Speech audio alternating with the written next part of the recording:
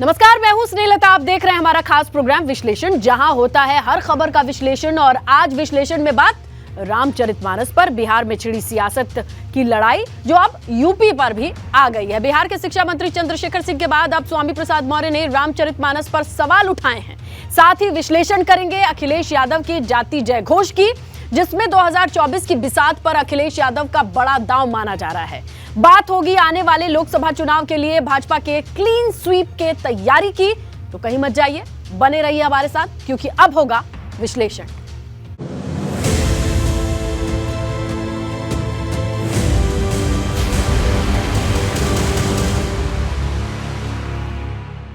बात अखिलेश यादव के जाति जय घोष की। दरअसल छोटे लोहिया यानी जनेश्वर मिश्र की पुण्यतिथि पर अखिलेश यादव ने 2024 का एजेंडा साफ कर दिया है। जनेश्वर मिश्र को श्रद्धांजलि देने के बाद अखिलेश यादव ने कहा, जाति जनगणना के बिना दलित पिछड़ा वर्ग में शामिल जातियों को आरक्षण में हिस्सेदारी नहीं मिल सकती। अखिलेश यादव ने जाति जनगणना को लेकर बिहार सरकार के फैसले का समर्थन किया। साथ ही संकेत दिया कि अगर आने वाले वक्त में सपा की सरकार बनती है तो जाति जनगणना कराई जाएगी। अखिलेश यादव के इस संकेत को 2024 का संदेश माना जा रहा है। छोटे लोहिया के पुण्यतिथि पर अखिलेश का जाति जय घोष। अंग्रेजों ने किसी जमाने में 1931 में ये समझा था कि जाति जनगणना हो और संविधान के अधिकार तभी मिल सकते हैं हर जाति बिरादरी को जब जातियों की गिनती पता हो। भाजपा के मिशन 80 पर अखिलेश वाणी। बीजेपी इस बार हो सकता है 80 सीटें हार जाए। भगवा ब्रिगेड पर ऑक्सीजन अटैक। बीजेपी के पास कोई पार्क नहीं है, उन्हें जब ऑक्सीजन की जरूरत पड़ती है तो वो लोहिया पार्क या छोटे लोहिया पार्क आते हैं। कम से कम यहाँ की ऑक्सीजन न खराब करें वो। जैसे जैसे लोकसभा चुनाव करीब आ रही हैं, उत्तर प्रदेश की सियासत में जाति जनगणना का मुद्दा बड़ा कुचला है। छोटे लोहिया की पुण्यतिथि पर अखिलेश यादव ने लखनऊ की जनेश्वर मिश्र पार्क में पुष्प अर्पित कर श्रद्धांजलि दी। इसके बाद मीडिया से मुखातिब हुए तो संवैधानिक अधिकारों और आरक्षण के आश्रय जाति जनगणना के मुद्दे को हवा में उछाल दिया। समाजवादियों का हमेशा ये मानना रहा और मुझे याद है कि पिछले चुनाव में समाजवादी पार्टी ने और मैंने कई मौकों पर ये कहा कि समाजवादी सरकार बनेगी तो 3 महीने में जाति जनगणना कर दी जाएगी। मुझे खुशी है कि नीतीश कुमार जी इस काम को आगे बढ़ा रहे हैं। मैं उन्हें बधाई देता हूं। भारतीय जनता पार्टी कभी भी पिछड़ों को, दलितों को आरक्षण तो दूर, उनको हक और सम्मान भी नहीं दे सकती। मतलब ये कि लोकसभा चुनाव की धुरी पर जाति जनगणना का मुद्दा सियासत का केंद्र बनने वाला है, क्योंकि समाजवादी पार्टी पहले ही निकाय चुनाव में ओबीसी आरक्षण के बहाने भाजपा सरकार को निशाना बना रही है। है कि 2024 के लोकसभा चुनाव में समाजवादी पार्टी महंगाई, बेरोजगारी, कानून व्यवस्था के साथ आरक्षण और जाति जनगणना के मुद्दे पर भाजपा सरकार को घेरने का काम करेगी, जिसके संकेत अखिलेश यादव ने जनेश्वर मिश्र की पुण्यतिथि पर दे दिए हैं। अखिलेश यादव ने भाजपा सरकार पर सीधा आरोप लगाया है कि भाजपा सरकार में दलितों और पिछड़ों को आरक्षण का लाभ नहीं मिल सकता। माना जा रहा है अखिलेश यादव को यकीन है कि निकाय चुनाव में ओबीसी आरक्षण और जाति जनगणना के मुद्दे पर पिछड़े समाज को सपा के साथ जोड़ा जा सकता है। शायद यही वजह है कि सपा की जाति जनगणना वाली रणनीति भाजपा को चुभ रही है। 2021 में नगर उनके पंचायतों के चुनाव हुए, क्या स्थिति है? जिला पंचायतों के ब्लॉक प्रमुखों की संख्या आपके सामने है। 2022 में विधानसभा चुनाव हुए, समाजवादी पार्टी की क्या स्थिति रही? तो उन्हें जरूर विचार करना चाहिए। और मैं समाजवादी पार्टी के सब कार्यकर्ताओं से कहता हूँ कि उन्हें अपने नेतृत्व पर जरूर विचार करना चाहिए। इन सब विषयों से ध्यान हटाने के लिए अखिलेश यादव इस तरह के बयान दे रहे हैं और समाजवादी पार्टी के कार्यकर्ताओं को सब विभाग दिखा रहे हैं, सपने दिखा रहे हैं। क्या कभी उस बात को लेकर प्रधानमंत्री से मिले कि भाई इस चीज़ की आवश्यकता है उत्तर प्रदेश में, मुख्यमंत्री नहीं करा रहे हैं? इस बात को तो कहने का पावर है ना। एक दल के राष्ट्रीय अध्यक्ष हैं, उनको कहना चाहिए। और कहने से पहले मैं फिर कह रहा हूँ, 5 साल मुख्यमंत्री थे तो क्यों नहीं करा लिया? आज जिस तरह नीतीश जी की प्रशंसा कर रहे हैं तो हम भी इनकी प्रशंसा करते, प्रदेश प्रशंसा करता। 2024 के लोकसभा चुनाव से पहले भाजपा जनता के सामने विकास की पटल पर अपनी उपलब्धियां गिना रही है। इन्वेस्टर समिट के जरिए करोड़ों निवेश खाका दिखा रही है, जिस पर अखिलेश यादव का तर्क है कि भाजपा सरकार के निवेश वाली हवाई उड़ान बस एक जुमला है, इससे ज्यादा कुछ नहीं। जो लोग विदेशों में इतने देशों में गए और कह रहे यहाँ इन्वेस्ट, और सोचिए उन प्रदेशों से इन्वेस्टमेंट लेने गए हैं कि जिन प्रदेशों में खुद कार्यक्रम चल रहे हैं। आप मध्य प्रदेश में पता करिए, वो अखबार का ऐड दे रहे हैं कि उन्हें 17 लाख करोड़ का इन्वेस्टमेंट मिल गया। अगर मध्य प्रदेश को 17.5 लाख करोड़ का इन्वेस्टमेंट मिल गया तो उत्तर प्रदेश को क्या लेने मिलेगा?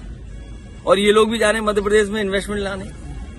तो ये धोखा दे रहे हैं जनता को, ये धोखे के अलावा कुछ नहीं कर रहे हैं। दरअसल उत्तर प्रदेश सरकार का दावा है कि फरवरी में होने वाली इन्वेस्टर समिट के जरिए 10 लाख करोड़ से ज्यादा के प्रस्ताव मिल चुके हैं। सरकार के इसी दावे पर पक्ष और विपक्ष में जमीन पर दंगल छिड़ गया है। Bureau report, ABP Ganga. शुक्रवार को खतौली के भूपखेड़ी गांव में आजाद समाज पार्टी और रालोद की सभा में शामिल समर्थकों की गाड़ियों में तोड़फोड़ पर सियासत में साजिश वाला संग्राम छिड़ गया है। भाजपा के विधायक नंद किशोर गुर्जर ने रालोद और आजाद समाज पार्टी पर गाड़ियों में खुद ही तोड़फोड़ करने का आरोप लगाया है। साथ ही कहा कि भूपखेड़ी गांव में हुई घटना के बहाने आजाद समाज पार्टी और रालोद मुजफ्फरनगर में हिंसा भड़काना चाहती है।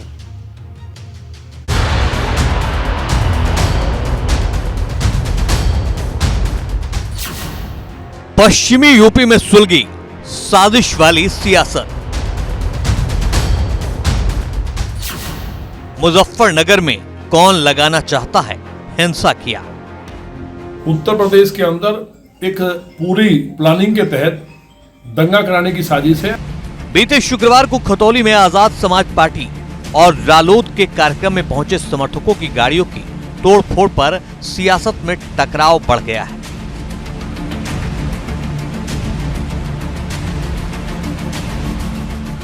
रालोद और आजाद समाज पार्टी के आरोपों पर भाजपा ने हिंसा की साजिश का अध्याय खोल दिया है।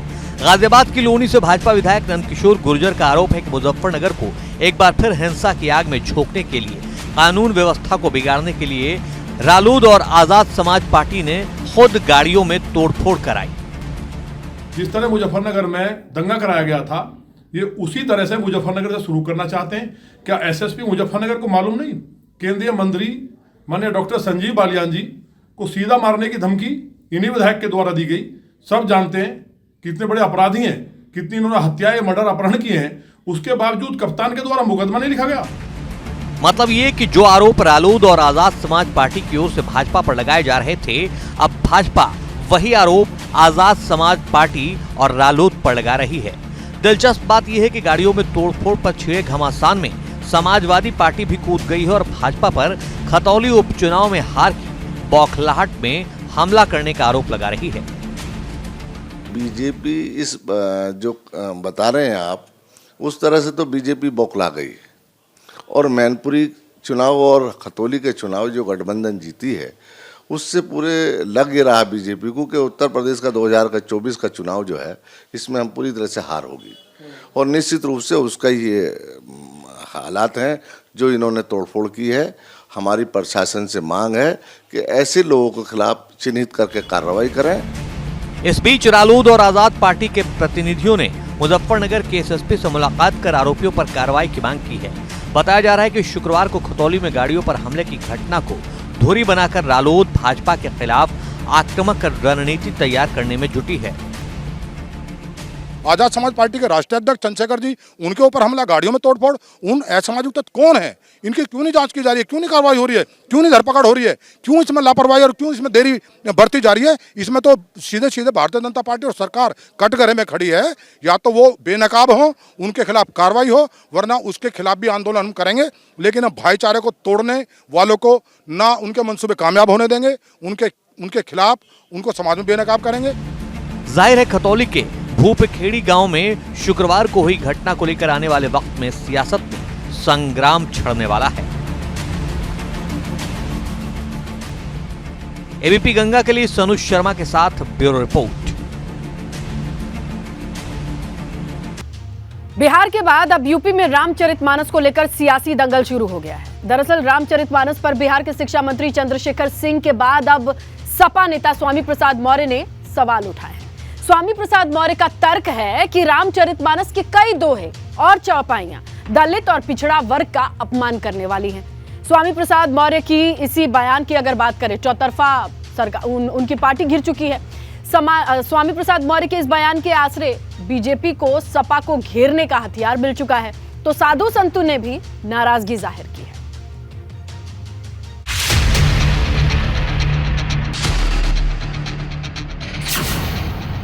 सपा के स्वामी ने खोला विवाद का अध्याय।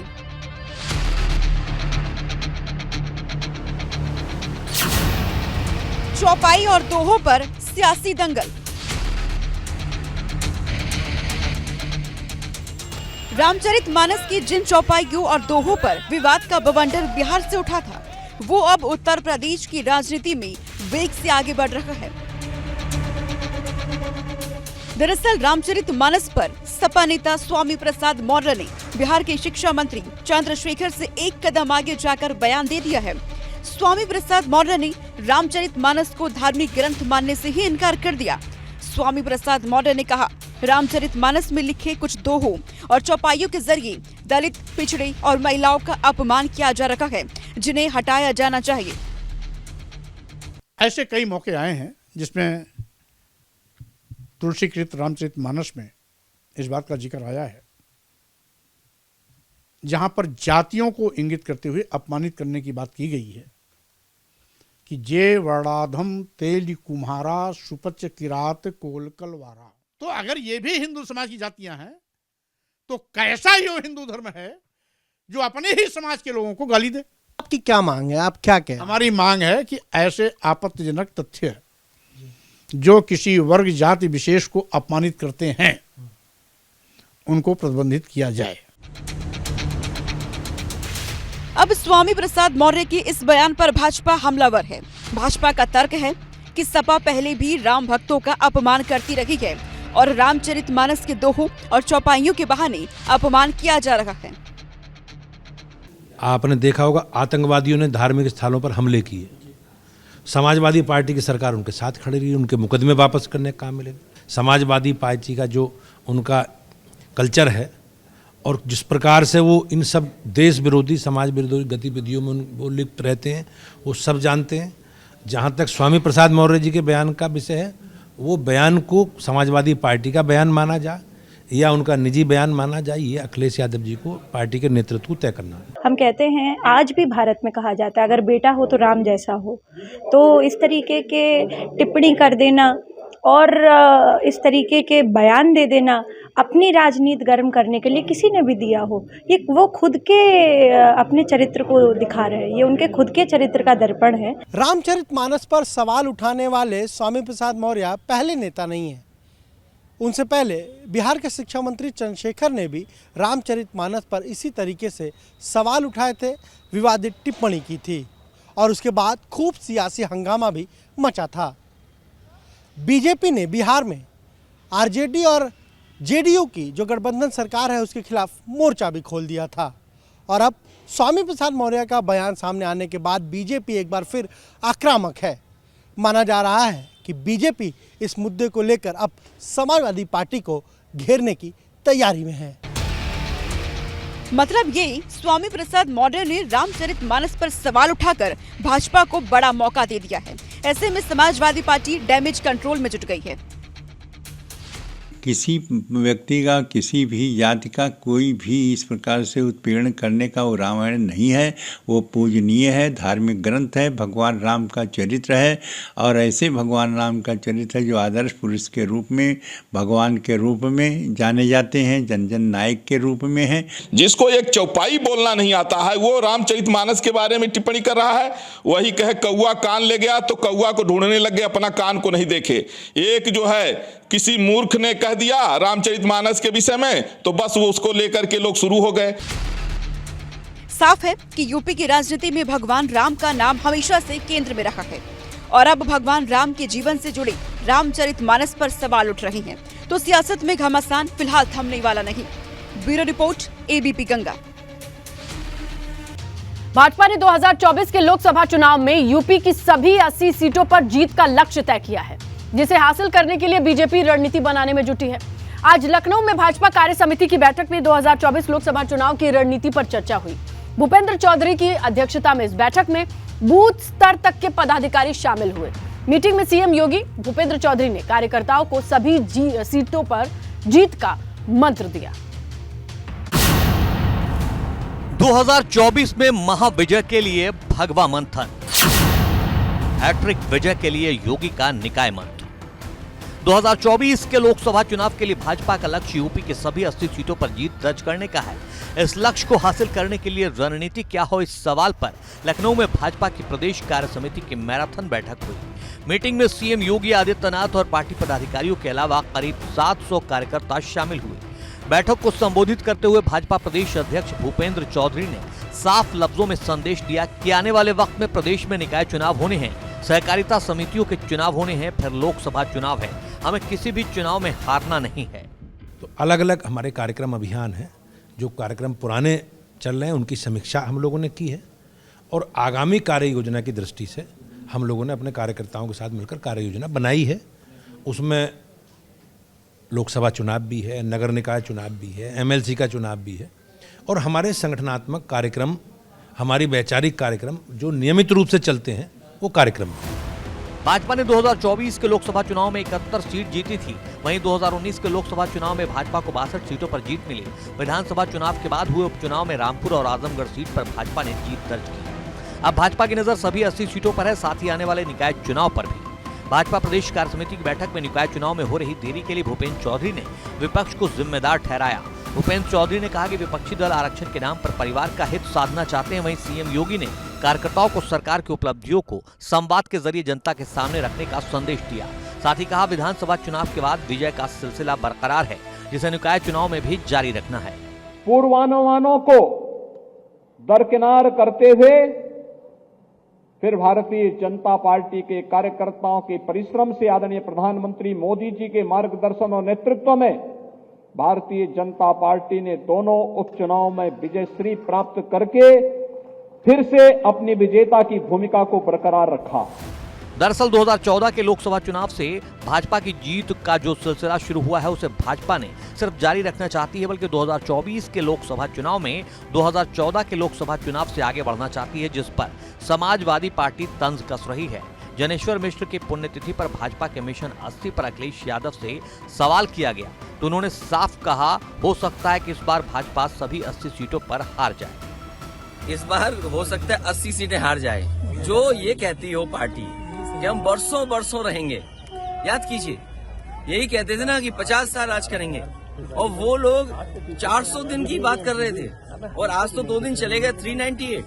उनके राष्ट्रीय अध्यक्ष को कम से कम 2 मेडिकल कॉलेज देखने जाने चाहिए। साफ है कि 2024 के लोकसभा चुनाव से पहले सियासत की बिसात उस छोर तक बिछाई जा रही है जहां सपा हो या फिर भाजपा, दोनों के लिए राह आसान नहीं होने वाली। Bureau report, ABP Ganga. बात कर लेते हैं अखिलेश यादव की पहाड़ परिक्रमा की। यूं तो अखिलेश यादव समाजवादी पार्टी के उत्तराखंड प्रदेश प्रभारी अब्दुल मतीन के घर पर वैवाहिक कार्यक्रम में शिरकत करने पहुंचे थे, लेकिन मीडिया से मुखातिब हुए तो न सिर्फ उत्तराखंड में पार्टी के मजबूती पर बातचीत करते, रणनीति पर बातचीत करते नजर आए, बल्कि जोशीमठ आपदा, भर्ती घोटालों के बहाने उत्तराखंड की भाजपा सरकार पर भी तीखा वार किया। अखिलेश यादव ने साफ लफ्जों में कहा, भाजपा यूपी से आई थी, अब यूपी से जाएगी। 2024 के लिए अखिलेश की पहाड़ परिक्रमा। मिशन 13 के लिए हल्द्वानी हुंकार। हल्द्वानी में रेलवे की जमीन पर अतिक्रमण पर छिड़ी जंग के बीच अखिलेश यादव ने उत्तराखंड की जमीन पर कदम रखा तो संदेश साफ था कि सपा ने पहाड़ पर पार्टी को मजबूत करने की ओर कदम बढ़ा दिए हैं। उत्तराखंड में समाजवादी पार्टी मजबूत होगी, हमारी ये मानना है। हमारे साथी और काम करेंगे, जो जनता के मुद्दे उनको उठाएंगे और बहुत जल्दी पूरे प्रदेश स्तर के संगठन की बैठक हम लोग करेंगे। 2024 में सभी सीटों पर समाजवादी पार्टी लड़ेगी। दरअसल उत्तराखंड में समाजवादी पार्टी की मौजूदगी सिर्फ मैदानी इलाकों में है, जबकि पहाड़ी क्षेत्रों में सपा जमीनी स्तर पर वजूद की लड़ाई लड़ रही है। ऐसे में जब अखिलेश यादव ने देवभूमि से पार्टी को मजबूत करने का संदेश दिया है तो उत्तराखंड की सियासत में सरगर्मी बढ़ गई है। कोई याद नहीं रखना चाहेगा, क्योंकि माँ बहनों की जिस तरह से चीरहरण किया गया, उस जघन्य अपराध को उत्तराखंड का जनमानस कभी नहीं भूल सकता है। और जिस प्रकार से समाजवादी पार्टी के शासन के दौरान अनियमितताएं और घोर भ्रष्टाचार से आकंठ में डूबी रही सपा, उसको कोई कभी याद नहीं रखना चाहता। और भारतीय जनता पार्टी हमेशा उत्तराखंड राज्य को आगे बढ़ाने का काम कर रही है। अखिलेश यादव से कहना चाहती हूं कि अपने गिरेबान में झांकने का प्रयास करें। जो जख्म आपने उत्तराखंड वासियों को दिए हैं वो अभी तक ठीक तरह से भर नहीं पाए हैं। हम भूले नहीं हैं मुजफ्फरनगर का हत्याकांड, जिसमें हमारी बहू बेटियों की तक इज्जत लूटी गई। हम भूले नहीं हैं कि किस तरह से आपने 27% ओबीसी आरक्षण दिया उत्तर प्रदेश में और उत्तराखंड को उससे वंचित। अखिलेश यादव के देवभूमि में पार्टी को मजबूत करने वाला बयान कांग्रेस और भाजपा को इसलिए भी चुभ रहा है क्योंकि उत्तराखंड बनने के बाद से राज्य में कांग्रेस और भाजपा सत्ता में रही है। मौजूदा वक्त में भाजपा की सरकार है और दोनों ही सरकारों में भर्ती को लेकर सवाल उठते रहे हैं। अखिलेश यादव से जब उत्तराखंड में भर्ती घोटालों पर सवाल किया गया तो उन्होंने साफ लफ्जों में कहा कि उत्तराखंड छोटा है लेकिन यहाँ घोटाले बड़े हैं। उतना बड़ा घोटाला, मैं तो दंग रह गया जब मैंने इंडिया टुडे में रिपोर्ट पढ़ी यहाँ की नौकरी देने की व्यवस्था का, कि नौकरी देने की व्यवस्था क्या है। तो उसमें जो पढ़ने को मिला और उसमें यही मिला कि अगर पुरानी सरकार ने भ्रष्टाचार किया तो हम भी भ्रष्टाचार करेंगे। तो ये सबसे बड़ा सवाल है। अखिलेश यादव ने जोशीमठ में दरार वाली आपदा को लेकर भी भाजपा सरकार को घेरा। अखिलेश यादव ने कहा उत्तराखंड के गठन के वक्त जो सपने दिखाए गए वो तोड़ दिए गए, जिस पर सियासत में घमासान छड़ गया है। Bureau report, ABP Ganga.